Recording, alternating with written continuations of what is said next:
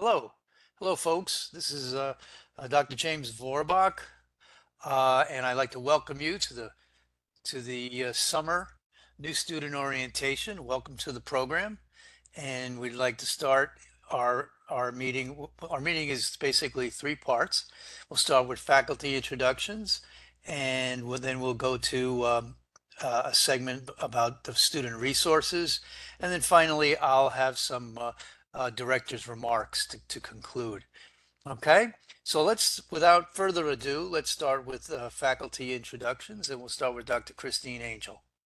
Hi, my name is Christine Angel, and I teach the core course, LAS 203, Organization of Information, and I head up the Records and Information Program, a Records and Information Management Program here at St. John's University.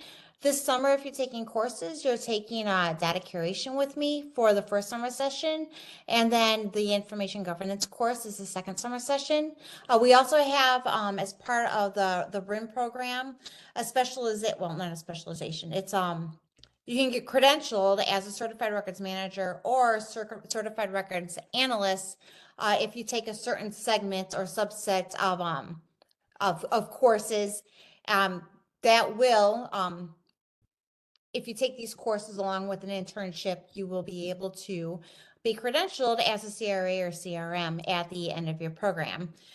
What's the benefit of that?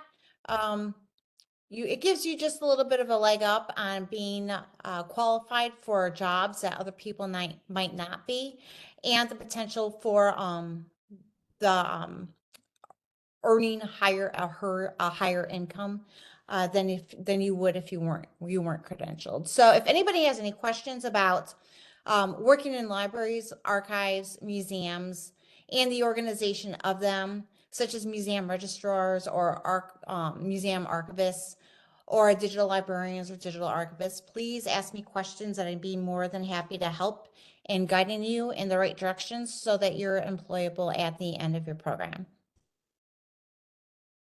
Well, thank you, Dr. Angel. I think now we'll move to Dr. Rajesh Singh to introduce. Go ahead, Rajesh. Thank you. Hello, my name is Rajesh Singh and welcome you to this program. I teach mostly management courses and some courses in social justice. So there are two advanced certificates programs in our department, and the advanced certificate of management is a 12 credit program, and the required course is LIS 240, Management of Information Organizations. So I believe we will have opportunity to work together at some point in this program. In addition to that, I teach an elective management courses such as project management that will be offered in the fall, and a marketing and advocacy course that is offered every spring, and a knowledge management course that is offered every summer in every summer second session. So this is a 12 credit program, and you can easily accommodate it in your MSLIS program if there is an interest in this management certificate. Similarly, we have an advanced certificate in social justice in the information profession, and there are a few courses such as fake news and misinformation that is being currently offered, cultural competence for information professional, and there are two other courses, material and services for diverse population, and social justice in the information profession. The last two courses, as I mentioned, are taught by my colleague Dr. Kevin Ryu, and I teach the fake news and cultural competence courses that are being currently offered. So if you have any question about either of those certificate program or courses, feel free to reach out to me. And before I wrap up my introduction, I also teach a course in research method. It is a required course, research methods, and that's offered every spring and every fall and spring, and I teach in the fall. So I believe we'll have opportunity to work together at some point in more than one courses. Thank you. Thank you, Dr. Singh. And now I'll have Dr. Kristen Sylvian. Good evening and welcome to the summer class of 2023. Our paths in all likelihood won't cross until after you've taken a number of your core courses, because the classes that I teach for the Division of Library and Information Science are cross-listed in the history department and are electives. This includes a class that looks at the history of galleries, libraries, archives, and museums, and some semesters offers a New York City focus. And it also includes oral history, which I typically teach in the spring semester.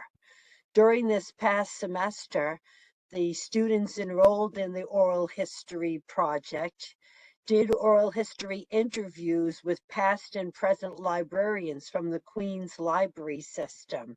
And those interviews will be archived as part of the already existing Queen's Memory Project, which is over a decade old and is co-sponsored by the Queen's Public Library and Queen's College. There's also, of course, opportunity to do internships as part of your program, as you can count the internship credit as an elective. This semester, we have a student working in the Library and Archives of the United States Merchant Marine Academy in Kings Point. So that's just one example of the kinds of internships that you could get as a student, whether they are in the New York metro area or, of course, for our students, I realize they're all over the world, but we can work with organizations, institutions, libraries, and to set something up if an internship best serves your career goals. So thank you again, welcome, and I wish you every success in completing the program. I'm the coordinator of the dual degree program, so if you're also studying public history, our paths have already crossed. Thank you. Okay, folks, and I just say a little bit about myself. I'm James Vorbach. I've spoken to each of you in terms of your first advisement, and that was always I always enjoy speaking to the new students. And then you'll be assigned a permanent advisor in September.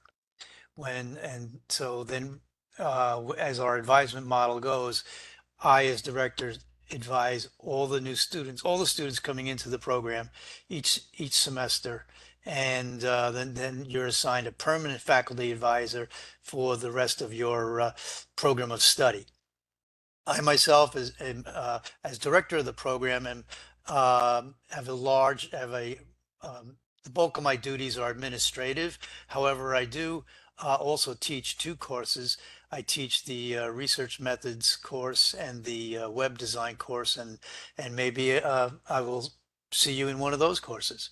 Okay, with that, I'd like to move to Michael Crossfox. Michael, introduce yourself, and Michael's going to take you on a little overview of the resources that we have for you.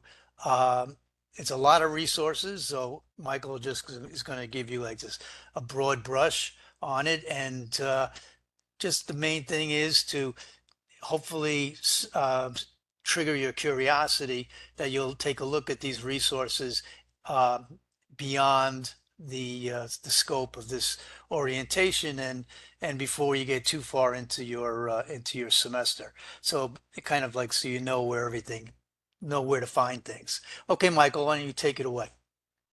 Hello, everyone. I'm Michael Crossfox. I'm the Academic Support Assistant for the Division of Library and Information Science, and I'll echo what the faculty said and welcome all of you to DLIS, and I look forward to supporting you in your pursuit of your MS-LIS.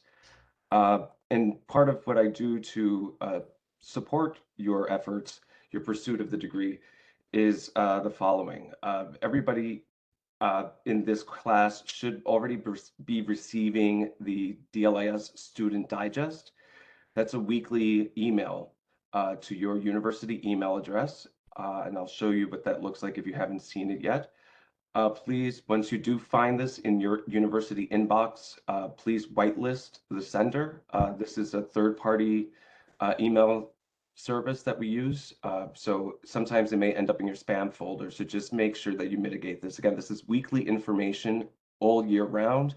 The only 2 weeks that I don't publish the digest are during Christmas recess at the end of the year. So you see the information is organized. Announcements, that's anything that Dr. Vorbach or any other faculty members want to call to your attention. Webinars, the webinars are suspended. They're on hiatus for the summer, but they will resume in the fall. And so you'll get links to upcoming webinars and the recordings. As of right now, you can click this link and visit our spring 2023 recordings on playlist. The next heading is calls for submissions. We do encourage students to seek out publication opportunities. And again, I provide them in your inbox on a weekly basis. If you have questions about publication, you can ask your advisor or any faculty member, really. And I just want to call to your attention, students who have a presentation or paper accepted by a professional association are eligible for a scholarship from DLIS in the amount of $500 toward tuition for the next semester. So that's something to look forward to. Opportunities, this category features things like funded PhD programs and other research opportunities. You can contribute to research, or sometimes people are looking for research assistants, and that kind of work will show up under opportunities. Scholarships, this is pretty evident. We do have internal scholarships, and I'll go through those in a moment. But these are external scholarships, and every listing includes the deadline for the scholarship. Some of them include the dollar amount if that's publicly accessible. Internships, that's pretty apparent. These are current internship opportunities. To build on what Dr. Zilvian said about adding an internship to your program, a lot of our internship opportunities that end up in the digest are exclusive institutions that are looking exclusively for St. John's DLIS students. We have a reputation in the metropolitan area, and a lot of cultural institutions, even some run by our alumni, are looking exclusively for DLIS students. So these are internship opportunities that you may not find anywhere else. And I'll show you another place to look for internships in a moment. Events, these are upcoming events. I generally look for free online events. So you can check these links and see if anything is interesting and register. If you need help with registration, there are some associations and institutions that DLIS is an institutional member for, and that gives us sometimes a pass to attend a webinar for free. So just hit me up. You'll get my contact information at the end of my talk in about 10 minutes. But you can just shoot me an email and say, I'm really interested in this. It costs $25, and I'll check and see if we can get that waived under the institutional membership. Resources, these are current offerings. It's a lot to do with like self-help. This came out of the COVID lockdown where we wanted to provide our students with resources for navigating emotionally turbulent times. I'll show you later on how you can access the Office of Counseling on campus. And then finally, at the bottom of the digest, every week we're going to add 5 new jobs, and these jobs are collected from all over the country. Again, sometimes we get exclusive postings sent to DLIS because they're looking in particular for a DLIS student to work a part-time trainee job at a local library in the downstate metropolitan area or the New York metropolitan area. But these opportunities are here, and I think the main value when you're starting your program of study, the main value is to see the job titles and to see the job descriptions and just start looking at how the field represents itself and how employers describe the work, and start building your resume and cover letter to match those terms. All right, so that's the digest that's in your inbox every Wednesday. So remember to check it out. The digest links typically go to the DLIS blog. And this is a blog that I maintain, and we update pretty much weekly or every couple of days. This is the home page. It's broken out into 4 or 5 areas. This one here is featured blog posts. Then beneath that are student-facing or student-oriented blog posts and alumni news. On the right hand, we've got current students. These are quick links to the internship category, job category, and call for submission categories. And so everything that you see in the digest is first posted to the blog. The blog also contains information about our various programs. Dr. Singh mentioned the Social Justice and Management Certificate, and Dr. Angel mentioned the Certified Records Manager Partnership. And you can click these links under programs to get more information about that. And also under related programs, we have Dr. Zilvian's Public History dual degree and our kind of cousin program in the Museum Administration, Fine Arts Department, Masters of Museum Administration. Any DLIS student while pursuing the MSLIS can take electives in history or art. Uh, so bear that in mind, talk to your advisor in the fall. Under resources, this is a link to the LibGuide. I'm going to walk through that in just a moment. And then professional associations. Scholarships. As a new student, you might want to check out the definitions and criteria for the Highland, Low, and O'Connell scholarships. The O'Connell, if you qualify, that's a merit-based tuition reduction. It's already been applied to your tuition, but you can strive for excellence in your intro courses, and maybe you'll win a Highland and Low scholarship at the end of the fall semester.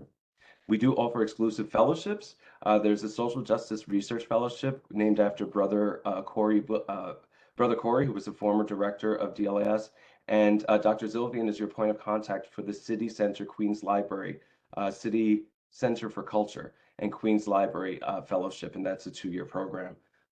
We do have a student association of which you're a part. General election will take place in the first few weeks of the fall semester. We are a student chapter of the American Library Association.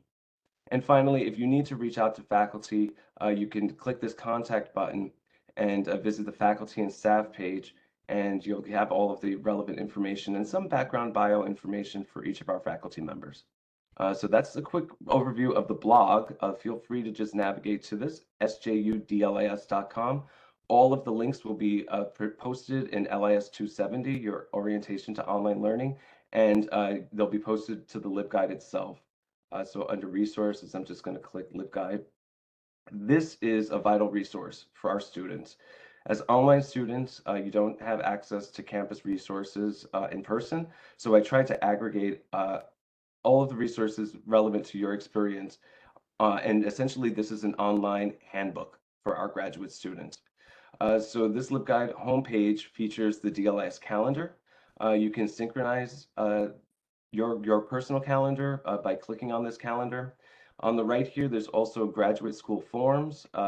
Takes you to a link compiled by the College of Liberal Arts and Sciences.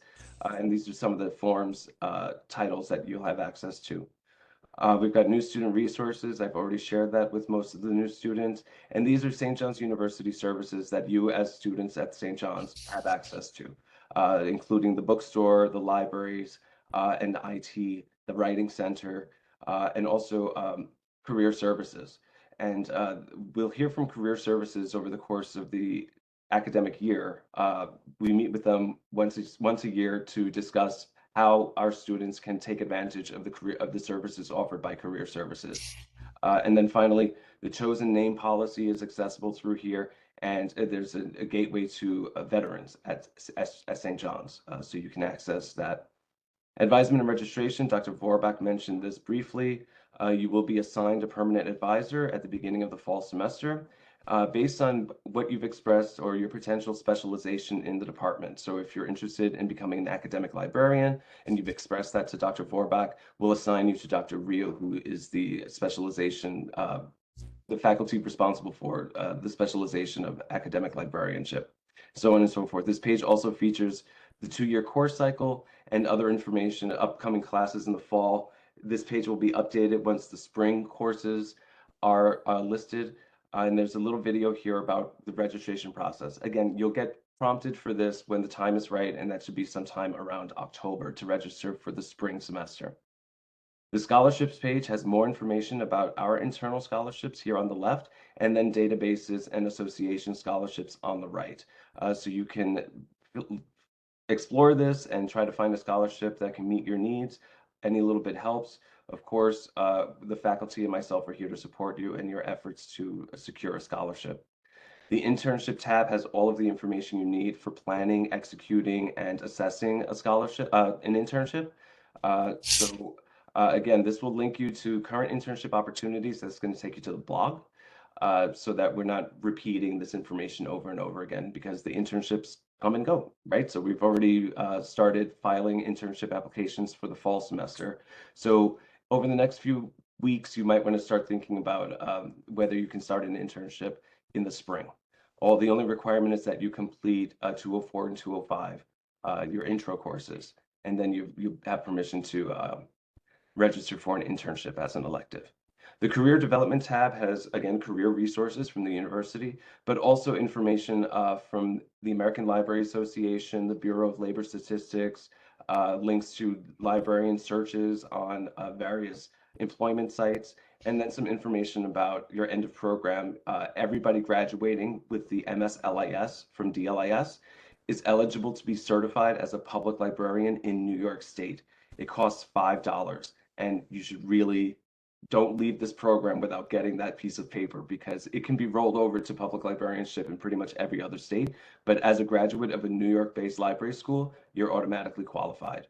So you pay the $5 to New York State, they send you your certificate from Albany, and you just go out and start your career. A tool for starting your career is joining a professional association. As I said, as a student in DLIS, you're already a member of a student chapter of the American Library Association, but we do encourage you to get actual student membership through the ALA. There are a number of states that offer joint membership of the American Library Association, which is our national association, and your state library association, and that costs about $40 a year.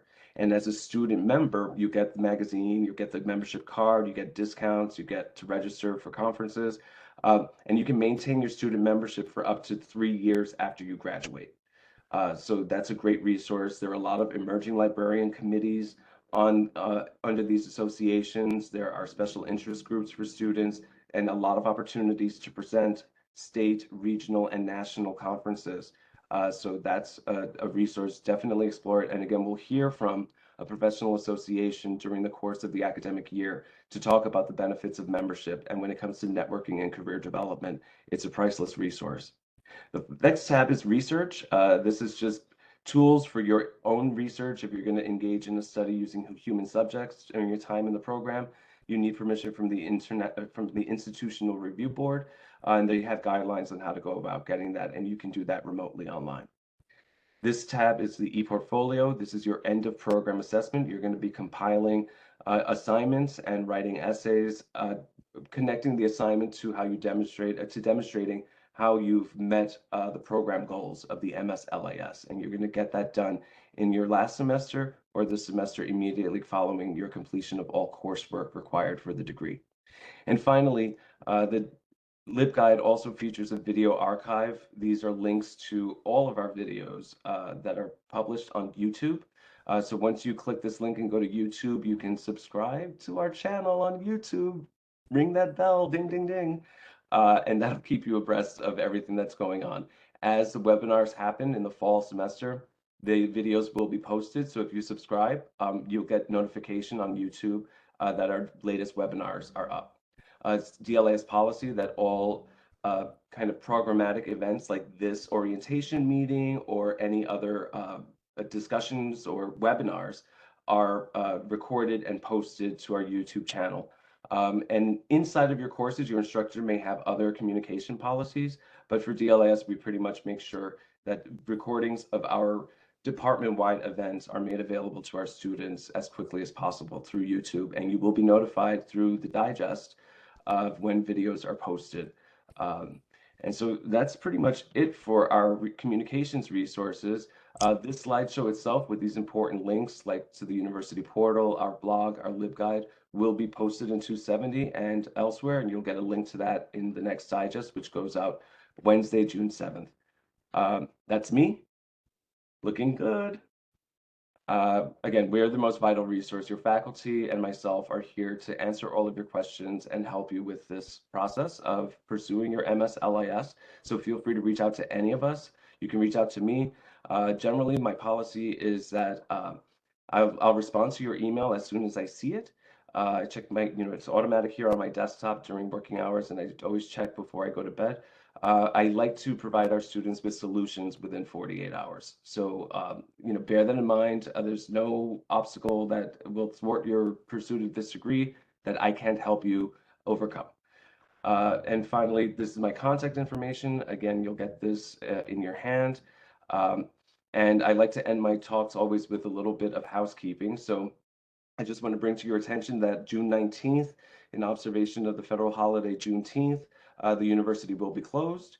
July 3rd, in kind of preparation for the 4th of July, which is a Tuesday, the university will be closed. That means all offices and services will be closed. The last day of class for summer session 1 will be July 6th. The first day of class of summer session 2 will be July 10th, and the last day of class for the summer session 2 will be August 10th. And you'll hear from me again real soon, every Wednesday going forward. So again, welcome, and if you ever need anything, just reach out to me.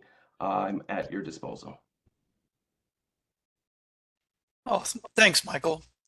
Okay, everyone, we are now moving to my remarks. I just have to share my screen, and again, my slides will be available as well as Michael's slides. We'll have that, make that available as a resource in 270. So let me just share my screen here, share content, PowerPoint, and share. It's unfortunate that, okay, so you should all have a PowerPoint slide on your screen. Is that correct? Can I see Yes. thumbs up? Yes? Okay, great. Okay, it's unfortunate. When I postponed the meeting, some of the faculty couldn't make it, so we didn't get a chance to speak with several of our faculty. But in any case, we will. I thank all the faculty who could make it to this postponed date, and the students as well. But again, keep in mind that this is a recorded session, and this will be posted for those who could not attend. Okay, so the orientation outline, and then here's my part of that. So the key that we have in our program, I think relative to other programs that we have as an advantage, is our advisement model. So every new student comes in is advised by the director to make sure any questions are answered, and then the student is assigned a permanent faculty advisor uh, who remains as the student's advisor through the duration of the program. I apologize if you hear my dog in the background. He's barking because it's probably my son's home from work. That's what he's probably doing. But anyway, that aside, let's move forward. The the e-portfolio, Michael touched on that, and I just want to call your attention to that. Is on a platform called Digication. You'll be hearing a lot more about the e-portfolio. Michael gave you a great introduction on that relating to the program goals. So we'll be talking a little bit about that as well. Communications, what do we have? Communication vehicles with which we kind of build community and inform our students. And lastly, the topic I want to talk a little bit about is mentorship. So advisement is prior to every term, students are required to meet with their advisor. Now, a good question is, well, how do I know when I'm supposed to meet with my advisor? Well, that goes towards keeping your eye on that weekly digest that Michael was talking about. The weekly digest will give you all the important dates. So it's going to tell you, when does advisement begin? When does registration begin? So that is really key. Keep your eye on that weekly digest. I just put here that, for those starting in the summer and also starting in the fall, actually, for all our students, the next advisement period is October, unless someone's graduating in the fall, and that advisement period is for the spring term. And then what do you discuss at advisement? Well, registration for the next term, what courses, more generally, your program of study, e-portfolio, what questions you have and your progress on the e-portfolio, and then also very important, share with your advisor your career direction. Maybe you have questions on that. Maybe you're thinking about changing. That's exactly why you have an advisor, is to bounce that off of someone who's an expert in the field and get your advisor's opinion on that. Another key thing in planning your career is field experience. A number of possibilities. Some of you are already working full-time or part-time jobs in the field. Well, that's certainly one very good way of getting some field experience. Another is internships. Internships are really important if you do not have, if you're not sure of what direction you want to go in. So you can do one or two internships in different areas within the field of the information professions. And then hopefully from through that, number one, you'll make contacts, you'll do some networking, and number two, you'll discern what is the direction that you want to go in. Number three, academic service learning. This is an opportunity within some of our courses in which the service is connected to the course objectives. So it's a very close collab connection there between the service for some nonprofit and the course objectives in that particular course. It's available in a number of courses, especially in our archival studies specialization. And lastly, volunteer opportunities. A lot of times students will do an internship or, well, let's just say the example internship, and then the internship ends. But the student has the opportunity to continue the relationship. Well, a lot of those internship relationships will lead ultimately to jobs. So you may want to continue as a volunteer. Again, the number of hours is totally up to you and the host site, something that fits your schedule, especially of course if you're working full-time or part-time. But I'm just saying volunteer opportunities are another great way to get field experience and to build your network. Professional engagement. Again, Michael also mentioned on our LibGuide, we have that whole page about the professional associations and also the links to the State Library Association in every state. That is really important that you take advantage of the reduced membership rates for students. Be a member of the American Library Association, and be a member of your state library association. And it's only around $40 for that dual membership while you're a student. The state library associations, many of them have opportunities for students to present their work, whether it be in a poster session, whether it be in a lightning round talk, which is basically a short 5-minute talk that they design that so they can accept as many students as possible. And each one of those, we provide you with the incentive with the H.W. Wilson Professional Development Scholarship. The H.W. Wilson is a very generous foundation, and we have never been able to we have never been unable to fund a student who had a presentation at a professional conference. So that's $500 that comes off your towards your tuition. So that's a great opportunity. In addition to that, if there's any travel involved, the college will reimburse travel up to $500. So that's another great benefit. A lot of times the state associations may involve an overnight, also registration fee. So things like that. The travel, the registration fee, up to $500 is covered by the college. So it's just something to think about. And of course, by you presenting, you are distinguishing yourself on your resume. Okay. E-portfolio. So the e-portfolio is our end of program assessment. We have dedicated page on in our online student manual, the DLIS LibGuide for it. The platform we use is called Digication. You'll get an account in your very first semester, probably, well, not the summer. In the fall semester, you'll get an account in, I believe, around November timeframe. And that's a great opportunity to do the getting started tutorial, to do the, just to get a feel for how to log in, to follow the steps to create an e-portfolio. So you get used to the syntax. Okay, so the learning curve is not very steep when you're actually getting to the point of building your e-portfolio for as your end of program assessment.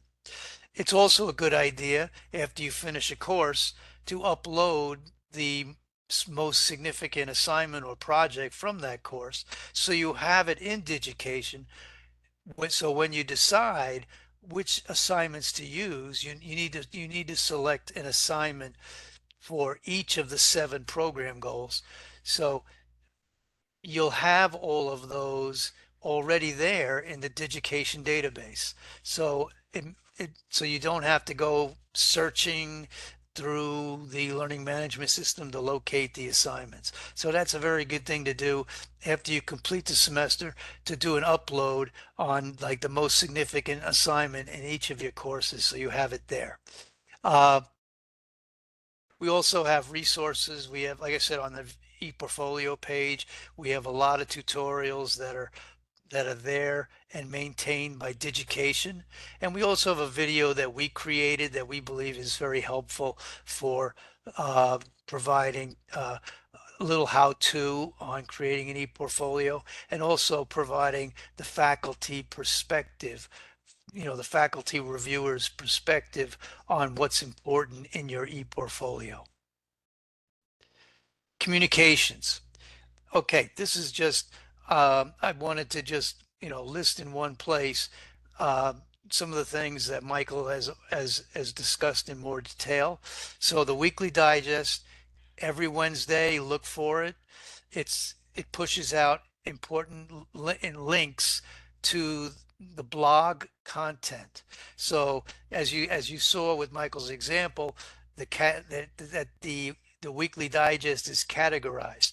So if you're interested in, let's say you go scan down to one of the job section, or scan down to events, some a webinar that you'd like to register for, you just click on the link and it'll take you to the blog where all the details are.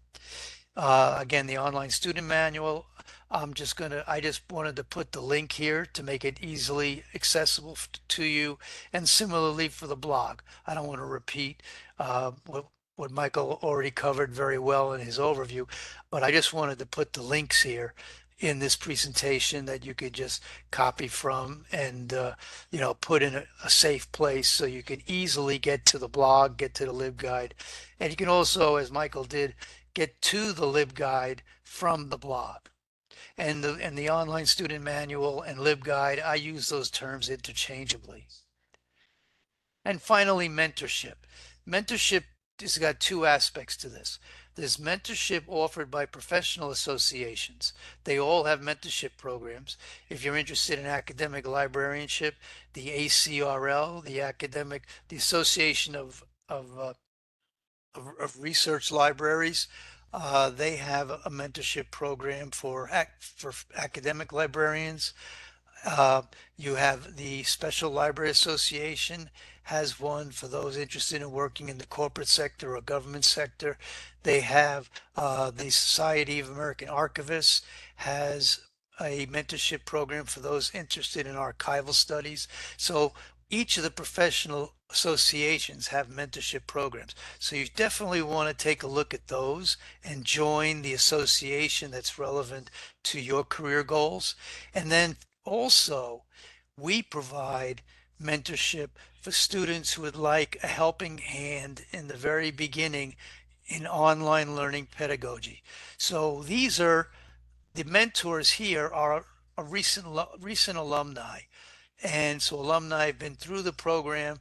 They had to go through the discipline of coming up with, how best to fit the work, the schoolwork in with their jobs, in with their family responsibilities, balancing all that. So if you'd like to talk to someone about that, just contact DLIS at stjohns.edu, and we'd be happy to connect you with a recent alumni that you can just, ask questions to about how the alum managed getting started, getting up the learning curve in online learning pedagogy. And that pretty much, that concludes this orientation right there. I'm going to close this sharing and just see if there's any questions in the chat. I know we have a small turnout, again, probably due to the postponement of the orientation.